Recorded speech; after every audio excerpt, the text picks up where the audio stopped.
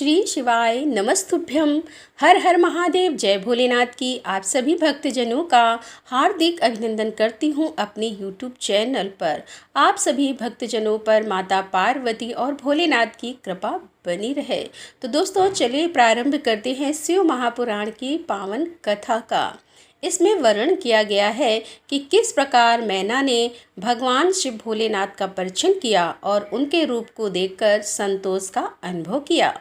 वहाँ पर अन्य युवतियाँ द्वार पर वर की प्रशंसा करती हैं और पार्वती का अंबिका पूजन के लिए बाहर निकलना और देवताओं और भगवान शिव का उनके सुंदर रूप को देखकर प्रसन्न होना। तो चलिए इस कथा का श्रवण करते हैं। एक बार प्रेम से बोलिए शंकर भगवान की जय। ब्रह्मा जी कहते हैं कि नारद तदंतर भगवान शिव प्रसन्नचित्त हो अपने गणों समस्त देवताओं तथा अन्य लोगों के साथ कौतूहल पूर्वक गिरिराज हिमवान के धाम में गए। हिमांचल की श्रेष्ठ पत्नी मैना भी उन स्त्रियों के साथ घर के भीतर गई और शंभु की आरती उतारने के लिए हाथ में दीपकों से सजी हुई थाली लेकर सभी ऋषि पत्नियों तथा अन्य स्त्रियों के साथ आदरपूर्वक द्वार पर आईं। वहां आकर मैना ने संपूर्ण देवताओं से सेवित गिरजापति महेश्वर शंकर को जो द्वार पर उपस्थित बड़े प्यार से देखा। उनकी अंग कांति मनोहर चंपा के समान थी। उनके एक मुख और 3 नेत्र थे। प्रसन्न मुखारविंद पर मंद मुस्कान की छटा छा रही थी। वे रत्न और स्वर्ण आदि से विभूषित थे। गले में मालती की माला पहने हुए थे। सुंदर रत्नमय मुकुट धारण करने से उनका मुखमंडल उज्ज्वल प्रभा से उदासित हो रहा था। कंठ में हार आदि सुंदर आभरण शोभा दे रहे थे। सुंदर कड़े और बाजूबंद उनकी भुजाओं को विभूषित कर रहे थे। अग्नि के समान निर्मल एवं अनुपम अत्यंत सूक्ष्म मनोहर विचित्र एवं बहुमूल्य युगल वस्त्र से उनकी बड़ी शोभा हो रही थी। चंदन अगर कस्तूरी तथा मनोहर कुमकुम के अंगराग से उनके अंग विभूषित थे। उन्होंने हाथ में रत्नमय दर्पण ले रखा था और उनके दोनों नेत्र कज्जल से सुशोभित थे। उन्होंने अपनी प्रभा से सबको आच्छादित कर दिया तथा वे अत्यंत मनोहर जान पड़ते थे। अत्यंत तरुण परम सुंदर और आभरण भूषित अंगों से सुशोभित थे। कामनियों को अत्यंत कमनीय प्रतीत होते थे। उनमें व्यग्रता का अभाव था। उनका मुखारविंद कोटि चंद्रमाओं से भी अधिक आह्लाददायक था। उनके श्री अंगों की छवि कोटि कामदेवों से अधिक मनोहारिणी थी। वे अपने सभी अंगों को परम सुंदर थे। ऐसे सुंदर रूप वाले उत्कृष्ट देवता भगवान शिव को जमाता के रूप में अपने सामने खड़ा देख मैना की सारी शोक चिंता दूर हो गई और वे परमानंद सिंधु में निमग्न हो गई और अपने भाग्य की गिरजा की गिरिराज हिमवान की और उनके समस्त कुल की भूरी भूरी प्रशंसा करने लगी। उन्होंने अपने आप को कृतार्थ माना और वे बारंबार हर्ष का अनुभव करने लगी। सती मैना का मुख प्रसन्नता से खिल उठा था। वे अपने दामाद की शोभा का सानंद अवलोकन करती हुई उनकी आरती उतारने लगी। गिरजा की कही हुई बात को बारंबार याद करके मैना को बड़ा विस्मय हो रहा था। वे हर्ष प्रफुल्ल मुखारविंद से युक्त हो मन ही मन यूँ कहने लगी कि पार्वती ने मुझसे पहले जैसा बताया था उससे भी अधिक सौंदर्य मैं इन परमेश्वर शिव के अंगों में देख रही हूँ। महेश्वर का मनोहर लावण्य इस समय अवर्णनीय है। ऐसा सोचकर आश्चर्यचकित हुई मैना अपने घर के भीतर आई। वहां आई हुई युवतियों ने भी वर के मनोहर रूप की भूरी भूरी प्रशंसा की। वे बोली कि हे गिरजानंदी शिव धन्य है, धन्य है। कुछ कन्याएं कहने लगी दुर्गा तो साक्षात भगवती है। कुछ दूसरी कन्याएं महारानी मैना से बोली हमने तो कभी ऐसा वर नहीं देखा और ना कभी ध्यान में ही ऐसे वर का अवलोकन किया है। इन्हें पाकर गिरिजा धन्य हो गई है। और भगवान शंकर का वह रूप देखकर समस्त देवता हर्ष से खिल उठे। श्रेष्ठ गंधर्व उनका यश गान गाने लगे और अप्सराएं नृत्य करने लगीं। बाजा बजाने वाले लोग मधुर ध्वनि में अनेक प्रकार की कला दिखाते हुए आदरपूर्वक भांति भांति के बाजे बजा रहे थे। हिमाचल ने भी आनंदित होकर द्वारोचित मंगलाचार किया। समस्त नारियों के साथ मैना ने भी महान उत्सव मनाते हुए वर का परिचय किया। फिर दे प्रसन्नतापूर्वक घर में चली गई। इसके बाद भगवान शिव अपने गणों और देवताओं के साथ अपने को दिए गए स्थान में चले गए। इसी बीच में गिरिराज के अंतःपुर की स्त्रियां दुर्ग को साथ ले कुल देवी की पूजा के लिए बाहर निकली। वहां देवताओं ने जिसकी पलकें कभी नहीं गिरती थी प्रसन्नतापूर्वक पार्वती को देखा। उनकी अग्नकांति नील अंजन के समान थी। वे अपनी मनोहर अंगों से विभूषित थी। उनका कटाक्ष केवल भगवान त्रिलोचन पर ही आदरपूर्वक पड़ता था। दूसरे किसी पुरुष की ओर उनके नेत्र नहीं जाते थे। उनका प्रसन्न मुख मंद मुस्कान से सुशोभित था। वे कटाक्षपूर्ण दृष्टि से देखती थी और बड़ी मनोहारिणी जान पड़ती थी। उनके केसों की चोटी बड़ी ही सुंदर थी। कपोलों पर बनी हुई मनोहर पत्रभंगी उनकी शोभा बढ़ाती थी। ललाट में कस्तूरी की बिंदी के साथ ही सिंदूर की बिंदी शोभा दे रही थी और वक्ष स्थल पर श्रेष्ठ रत्नों के सारभूत हार से दिव्य दीप्ति छिड़क रही थी। रत्नों के बने हुए केयूर वलय और कंकड़ से उनकी भुजाएं अलंकृत थीं। उत्तम रत्नमय कुंडलों से उनके मनोहर कपोल जगमगा रहे थे। उनकी दंत पंक्ति मणियों तथा रत्नों की प्रभा को छीने लेती थी और मुख की शोभा बढ़ाती थी। समस्त देवता आदि ने जगत के आदि कारणभूता जगत जननी पार्वती देवी को देखकर भक्ति भाव से मस्तक झुका मैना सहित उन्हें प्रणाम किया। त्रिलोचन शिव ने भी बड़ी प्रसन्नता के साथ कनखियों से उन्हें देखा और उनमें सती की आकृति देखकर अपनी विरह वेदना को त्याग दिया। शिवा पर आंखें गड़ाकर भगवान शिव उस समय सब कुछ भूल गए। उनके सारे अंगों में रोमांच हो आया। वे हर्ष का अनुभव करते हुए गौरी की ओर देखने लगे। गौरी उनकी आंखों में समा गई थी। इधर कालीपुरी से बाहर जाकर अंबिका देवी की पूजा करने के पश्चात ब्राह्मण पत्नियों के साथ पुनः अपने पिता के रमणी भवन में लौट आई और भगवान शंकर भी मुझ ब्रह्मा विष्णु तथा देवताओं के साथ हिमांचल के बताए हुए अपने नित्य स्थान पर प्रसन्नतापूर्वक गए। वहाँ गिरिराज के द्वारा नाना प्रकार की सुंदर समृद्धि से सम्मानित हुए वे सब लोग सुखपूर्वक ठहर गए और भगवान शिव की सेवा करने लगे। ब्रह्मा जी कहते हैं कि नारद तदंतर सात गिरि श्रेष्ठ हिमवान ने प्रसन्नता और उत्साह के साथ वेद मंत्रों द्वारा दुर्गा और शिव का उपस्नान करवाया और तत्पश्चात गिरिराज को प्रार्थना से श्री विष्णु आदि देवता तथा मुनि कौतूहल पूर्वक उनके घर के भीतर गए। वहां उन्होंने वैदिक और लौकिक आचार का यथार्थ रीत से पालन करके भगवान शिव के दिए हुए आभूषणों से देवी शिवा को अलंकृत किया। सखियों और ब्राह्मण की पत्नियों ने पहले पार्वती को स्नान कराया और फिर सब प्रकार के वस्त्राभूषणों द्वारा विभूषित करके उनकी आरती उतारी। तीनों लोकों की जननी महाशैल पुत्री सुंदरी शिवा दिव्य वस्त्राभूषणों से सुसज्जित होकर मन ही मन भगवान शिव का ध्यान करती हुई वहीं बैठी। उस समय उनकी बड़ी शोभा हो रही थी। उस अवसर पर दोनों पक्षों में महान आनंददायक उत्सव होने लगा। ब्राह्मणों को शास्त्रोक्त रीत से नाना प्रकार का दान दिया गया। अन्य लोगों को भी वहाँ भांति भांति के बहुत से द्रव्य बांटे गए। विशेष उत्सव के साथ गीत और वाद आदि के द्वारा लोगों का मनोरंजन किया गया और तदंतर मैं ब्रह्मा भगवान विष्णु इंद्र आदि देवता तथा मुनि ये सब के सब बड़ी प्रसन्नता के साथ आनंद उत्सव मनाते हुए भक्ति भाव शिवा को प्रणाम कर शिव के चरण बिंदु को चिंतन पूर्वक हिमांचल की आज्ञा से अपने अपने स्थान पर चले गए। इसके बाद गर्ग के ने कन्यादान का समय जान हिमांचल ने श्री शंकर तथा बरातियों को बुलाने के लिए कहा। फिर तो बाजे बजने लगे। हिमांचल के मंत्रियों ने जाकर वर और बरातियों को शीघ्र पधारने के लिए प्रार्थना की। वे बोले कन्यादान के लिए उचित समय आ गया है, अतः आप लोग शीघ्र मंडप में पधारें।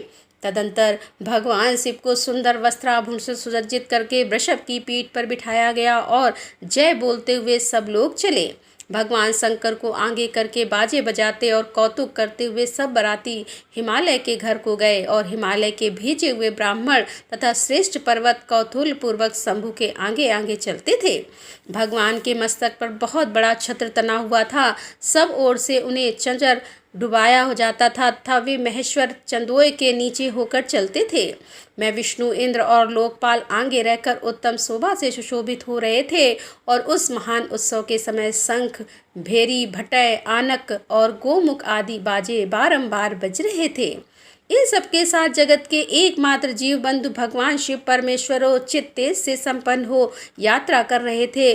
उस समय समस्त देवेश्वर उनकी सेवा में उपस्थित हो बड़े हर्षोल्लास के साथ उन पर फूलों की वर्षा करते थे। इस प्रकार पूजित और बहुत सी स्तुतियों द्वारा प्रशंसित हो परमेश्वर शिव ने यज्ञ मंडप में प्रवेश किया वहाँ श्रेष्ठ पर्वतों ने शिव को वृषभ से उतारा और महान उत्सव के साथ प्रेम पूर्वक उन्हें घर के भीतर ले गए। हिमालय ने भी घर में आए हुए देवताओं सहित महेश्वर को विधि पूर्वक भक्तिभाव से प्रणाम करके उनकी आरती उतारी। फिर महान उत्सव पूर्वक अपने भाग्य की सराहना करते हुए उन्होंने अन्य समस्त देवताओं और मुनियों को प्रणाम करके उन सबका आदर सत्कार किया। श्री विष्णु सहित महेश्वर को तथा मुख्य देवताओं को पाद अर्घ देकर हिमालय उन्हें अपने भवन के भीतर ले गए और आंगन में रत्नमय सिंहासनों के ऊपर मुझको, विष्णु को, शंकर जी को तथा अन्य विशिष्ट व्यक्तियों को बिठा दिया। उस समय मैना ने अपनी सखियों, ब्राह्मण पत्नियों तथा अन्य पुरोहितों के साथ आकर सानंद आरती उतारी और कर्मकांड के ज्ञाता पुरोहित महात्मा शंकर के लिए मधुपर्क पूजन आदि जो आवश्यक कृत्य थे उन सबको सहज संपन्न किया। फिर मेरे कहने पर पुरोहित ने प्रस्ताव के अनुरूप उत्तम मंगलमय कार्य आरंभ किया। इसके बाद हिमालय ने अंतर्वेदी में जहाँ समस्त आभूषणों से विभूषित उनकी कृशांगी कन्या वेदी के ऊपर विराजमान थी, वहाँ मेरे और श्री विष्णु के साथ महादेव जी को ले गए। तदंतर बृहस्पति आदि विद्वान बड़े उत्साह से संपन्न कन्या निश्चित लग्न की प्रतीक्षा करने लगे। गर्ग ने पार्वती जी की अंजलि में चावल भरे और शिव जी के ऊपर अक्षत छोड़ा।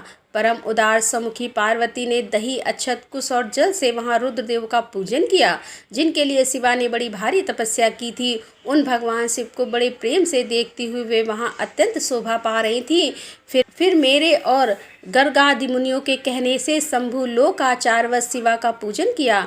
इस प्रकार परस्पर पूजन करते हुए दोनों जगमनय पार्वती परमेश्वर वहां सुशोभित हो रहे थे और त्रिभुवन की शोभा से संपन्न हो परस्पर देखते हुए उन दोनों दंपति की लक्ष्मी आदि देवियों ने विशेष रूप से आरती उतारी। ब्रह्मा जी कहते हैं कि नारद इसी समय वहां गंगाचार्य से प्रेरित हो मैना सहित हिमवान ने कन्यादान का कार्य आरंभ किया। उस समय वस्त्राभूषण से विभूषित महाभागा मैना सोने का कलश लिए पति हिमवान के दाहिने भाग में बैठी और तत्पश्चात पुरोहित सहित हर्ष से भरे हुए शैलराज ने वाद आदि के द्वारा वर का पूजन करके वस्त्र, चंदन और आभूषणों द्वारा उनका वरण किया। इसके बाद हिमांचल ने ब्राह्मणों से कहा कि आप लोग तिथि आदि के कीर्तन पूर्वक कन्यादान के संकल्प वाक्य का प्रयोग करें। उसके लिए अवसर आ गया है और वे सब द्विज श्रेष्ठ काल के ज्ञाता थे। अतः तथास्तु कहकर वे सब बड़ी प्रसन्नता के साथ तिथि आदि का कीर्तन करने लगे। तदंतर सुंदर लीला करने वाले परमेश्वर शंभु के द्वारा मन ही मन प्रेरित हो हिमांचल ने प्रसन्नता पूर्वक हंसकर उनसे कहा कि हे शंभु, आप अपने गोत्र का परिचय दें, प्रवर, कुल, नाम, वेद और शाखा का प्रतिपादन करें। अब अधिक समय न बिताएं। हिमांचल की यह बात सुनकर भगवान शंकर सुमुख होकर भी विमुख हो गए, असोचनीय होकर भी तत्काल सोचनीय अवस्था में पड़ गए। उस समय श्रेष्ठ देवताओं, मुनियों, गंधर्वों, यक्षों और सिद्धों ने देखा कि भगवान शिव के मुख में कोई उत्तर नहीं निकल रहा है। तब नारद यह देखकर तुम हंसने लगे और महेश्वर का मन ही मन स्मरण करके गिरिराज से यूं बोले। नारद ने कहा कि पर्वतराज, तुम मूर्ता के वशीभूत होकर कुछ भी नहीं जानते। वैसे क्या कहना चाहिए और क्या नहीं इसका तुम्हें पता नहीं है। वास्तव में तुम बड़े वही मूर्ख हो। तुमने इस समय साक्षात हर से उनका गोत्र पूछा है और उसे बताने के लिए उन्हें प्रेरित किया है। तुम्हारी यह बात अत्यंत उपहासजनक है। हे पर्वतराज, इनके गोत्र, कुल और नाम को तो विष्णु और ब्रह्मा आदि भी नहीं जानते, फिर दूसरों की क्या चर्चा है। शैलराज, जिनके एक दिन में करोड़ों ब्रह्माओं का लय होता है, उन्हीं भगवान शंकर को तुमने आज काली के तपोबल से प्रत्यक्ष देखा है। इनका कोई रूप नहीं है। ये प्रकृति से परे निर्गुण परम ब्रह्म परमात्मा है, निराकार, निर्विकार, मायाधीश एवं परात्पर हैं। गोत्र, कुल और नाम से रहे स्वतंत्र परमेश्वर हैं और साथ ही अपने भक्तों के प्रति बड़े दयालु हैं। भक्तों की इच्छा से ही ये निर्गुण से सगुण हो जाते हैं और अनाम होकर भी बहुत से नाम वाले हो जाते हैं। ये गोत्रहीन होकर कुलीन पार्वती की तपस्या से ही आज तुम्हारे जमाता बन गए हैं, इसमें संशय नहीं है। गिरिश्रेष्ठ, इस लीला विहारी परमेश्वर ने चराचर जगत को मुंह में डाल रखा है। कोई कितना ही बुद्धिमान क्यों ना हो, वह भगवान शिव को अच्छी तरह से नहीं जानता। ब्रह्मा जी कहते हैं कि हे मुने, ऐसा कहकर शिव की इच्छा से कार्य करने वाले तुझ ज्ञानी देवर्षि ने शैलराज को अपनी वाणी से हर्ष प्रदान करते हुए फिर इस प्रकार उत्तर दिया। नारद जी बोले कि हे शिवा को जन्म देने वाले तात महाशैल, मेरी बात सुनो और उसे सुनकर अपनी पुत्री शंकर जी के हाथ में दे दो। लीला पूर्वक रूप धारण करने वाले सगुण महेश्वर का गोत्र और कुल केवल नाद ही है, इस बात को अच्छी तरह समझ लो। शिव नादमय है और नाद शिवमय है, यह सर्वदा सच्ची बात है। नाद और शिव इन दोनों में कोई अंतर नहीं है। शैलेंद्र सृष्टि के समय सबसे पहले लीला के लिए सगुण रूप धारण करने वाले शिव से नाद ही प्रकट हुआ था, अतः वह सबसे उत्कृष्ट है। हिमालय इसीलिए मन ही मन सर्वेश्वर शंकर के द्वारा प्रेरित हो मैंने आज अभी वीणा बजाना आरंभ कर दिया था।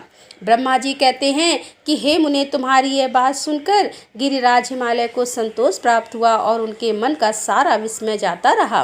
तदंतर श्री विष्णु आदि देवता तथा मुनि सब के सब विषय में रहित हो नारद को साधुवाद देने लगे और महेश्वर की गंभीरता जानकर सभी विद्वान आश्चर्यचकित हो बड़ी प्रसन्नता के साथ परस्पर बोले, अहो परातत्पर आत्मबोध स्वरूप स्वतंत्र लीला करने वाले तथा उत्तम भाव से ही जानने योग्य हैं। उन त्रिलोकनाथ भगवान शंभु का आज हम लोगों ने भली भांति दर्शन किया। तदंतर हिमालय ने विधि के द्वारा प्रेरित हो भगवान शिव को अपनी कन्या का दान कर दिया। कन्यादान करते समय वे बोले, मैं अपनी यह कन्या आपको देता हूँ, आप इसे अपनी पत्नी बनाने के लिए ग्रहण करें। हे सर्वेश्वर, इस कन्यादान से आप संतुष्ट हों। इस मंत्र का उच्चारण करने के हिमालय ने अपनी पुत्री को त्रिलोक जननी पार्वती को उन महान देवता रुद्र के हाथ में दे दिया। इस प्रकार शिव का हाथ शिव के हाथ में रखकर शैलराज मन ही मन बड़े प्रसन्न हुए। उस समय वे अपने मनोरथ के महासागर को पार कर गए थे।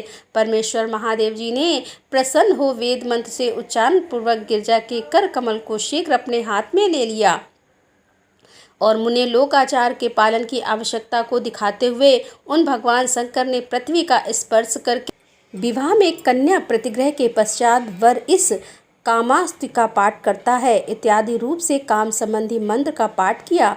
उस समय वहाँ सब और महान आनंददायक महोत्सव होने लगा। पृथ्वी पर, अंतरिक्ष में तथा स्वर्ग में भी जय जयकार का शब्द गूंजने लगा। सब लोग अत्यंत हर्ष से भर कर साधुवाद देते हुए नमस्कार करने लगे। गंधर्वगण प्रेम पूर्वक गाने लगे और अप्सराएं नृत्य करने लगी। हिमांचल के नगर के लोग भी अपने मन में परम आनंद का अनुभव करने लगे। उस समय महान उत्सव के साथ परम मंगल मनाया जाने लगा। मैं विष्णु, इंद्र, देवगण तथा संपूर्ण मुनि हर्ष से भर गए। हम सबके मुखारविंद प्रसन्नता से खिल उठे। तदंतर शैलराज हिमांचल ने अत्यंत प्रसन्न हो शिव के लिए कन्यादान की यथोचित सांगता प्रदान की। तत्पश्चात उनके बंधुजनों ने भक्तिपूर्वक शिवा का पूजन करके नाना विधि विधान से भगवान शिव को उत्तम द्रव्य समर्पित किया।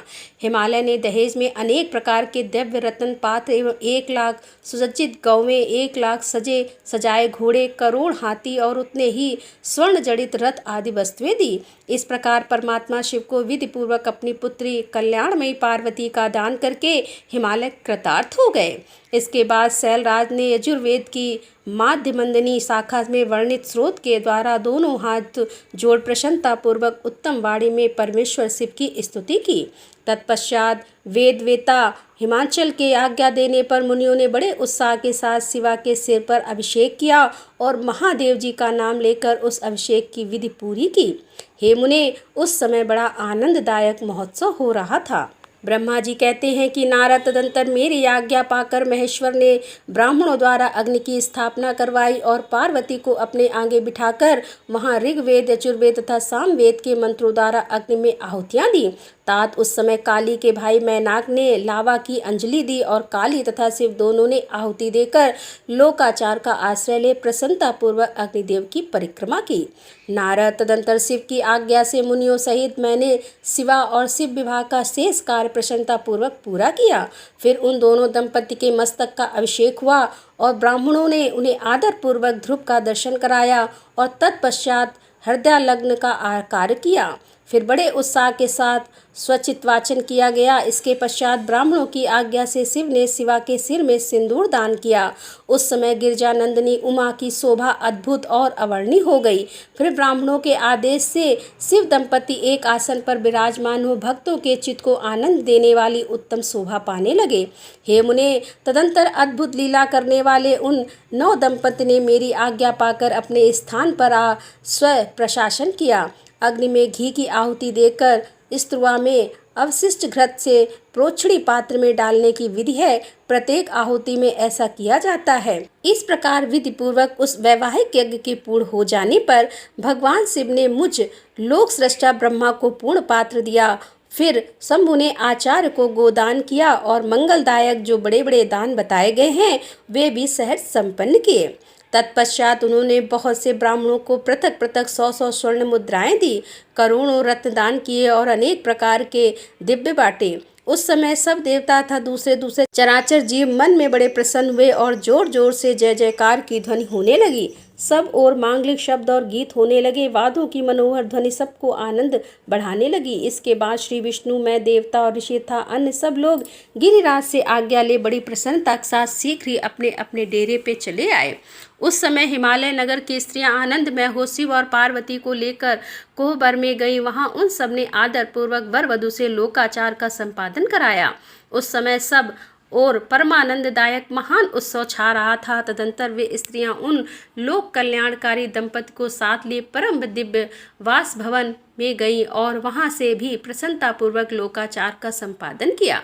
इसके बाद गिरिराज के नगर की स्त्रियों ने समीप आकर मंगल कृत्य करके उन 9 दंपति को केली गृह में पहुंचाया और जय ध्वनि करती हुई उनके गठबंधन की गांठ खोलने आदि का कार्य संपन्न किया।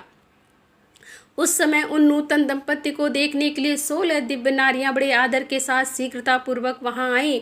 वहां जितनी स्त्रियां उपस्थित थी उन सबकी गणना करने में कौन समर्थ है। उनके दिए हुए रत्नमय सिंहासन पर भगवान शिव प्रसन्नता पूर्वक बैठे। उस समय उन्होंने शिव से नाना प्रकार की विनोदपूर्ण बातें कहीं। तदंतर प्रसन्नचित्त हुए महेश्वर ने अपनी पत्नी के साथ मिष्ठान भोजन और आचमन करके कपूर डाला हुआ पान खाया। इसी अवसर पर अनुकूल समय जान प्रसन्न हुई रति ने दीन वत्सल भगवान शंकर से कहा, हे भगवान, पार्वती का पाणी ग्रहण करके आपने अत्यंत दुर्लभ सौभाग्य प्राप्त किया है। बताइए, मेरे प्राणनाथ को जो सर्वदा स्वार्थ रहित थे वे आपने क्यों भस्म कर डाला। अब यहाँ मेरे पति को जीवित कीजिए और अपने अंतःकरण में काम संबंधी व्यापार को जगाइए। आपको और मुझको जो समान रूप से वियोग जनित संतान प्राप्त हुआ है उसे दूर कीजिए। हे महेश्वर, आपके इस विवाह उत्सव में सब लोग सुखी हुए हैं, केवल मैं ही अपने पति के बिना दुख में डूबी हुई हूँ। हे देव शंकर, प्रसन्न होइए और मुझ सनात को कीजिए। दीनबंधु परम प्रभु, अपनी कही हुई बात को सत्य कीजिए। चराचर प्राणियों सहित तीनों लोकों में आपके सिवा दूसरा कौन है जो मेरे दुख का नाश करके मैं समर्थ हो। ऐसा जानकर आप मुझ पर दया कीजिए। दीनों पर दया करने वाले नाथ, सबको आनंद प्रदान करने वाले, अपने इस विवाह उत्सव में मुझे भी उत्सव संपन्न बनाइए। मेरे प्राणनाथ के जीवित होने पर ही अपनी प्रिया पार्वती के साथ आपका सुंदर विहार परिपूर्ण होगा, इसमें संशय नहीं है। हे सर्वेश्वर, आप सब कुछ करने में समर्थ हैं क्योंकि आप ही परमेश्वर हैं। यहाँ अधिक कहने से क्या लाभ। हे सर्वेश्वर, आप शीघ्र मेरे पति को जीवित कीजिए। ऐसा कहकर रति ने गांठ में बंधा हुआ कामदेव के शरीर का भस्म शंभु को दे दिया और उनके सामने कहा कि हे नाथ कहकर रोने लगी। रति का रोदन सुनकर सरस्वती आज सभी देवतियां रोने लगी और अत्यंत दीनवाणी से बोली कि हे प्रभु, आपका नाम भक्त वत्सल है, आप दीन बंधु और दया के सागर हैं, अतः काम को जीवन दान दीजिए और रति को उत्साहित कीजिए। आपको नमस्कार है। ब्रह्मा जी कहते हैं कि नारद उन सबकी यह बात सुनकर महेश्वर प्रसन्न हो गए और उन करुणा सागर प्रभु ने तत्काल ही रति पर कृपा की। भगवान शूलपाणी की अमृतमयी दृष्टि पड़ते ही पहले जैसे रूप, वेश और चिन्ह से युक्त अद्भुत मूर्तिधारी सुंदर कामदेव उस भस्म से प्रकट हो गए। अपने पति को वैसे ही रूप, आकृति, मंद मुस्कान और धनुष बाण से युक्त देख रति ने महेश्वर को प्रणाम किया। यह कृतार्थ हो गई। उसने प्राणनाथ की प्राप्ति कराने वाले भगवान शिव का अपने जीवित पति के साथ हाथ जोड़कर बारंबार स्तवन किया। पत्नी सहित काम की हुई स्तुति को सुनकर दया हृदय भगवान शंकर अत्यंत प्रसन्न हुए और इस प्रकार से बोले। भगवान शंकर जी ने कहा कि हे मनोहर पत्नी सहित तुमने जो स्तुति की है उससे मैं बहुत प्रसन्न हूँ। स्वयं प्रकट होने वाले काम तुम वर मांगो, मैं तुम्हें मनोवांछित वस्तु दूंगा। शंभु का यह वचन सुनकर कामदेव महान आनंद में निमग्न हो गया और हाथ जोड़कर मस्तक झुकाकर गदगद वाणी में बोला, कामदेव ने कहा कि हे देवादिदेव महादेव करुणा सागर प्रभु, यदि आप मुझ पर प्रसन्न हैं तो मेरे लिए आनंददायक होइए।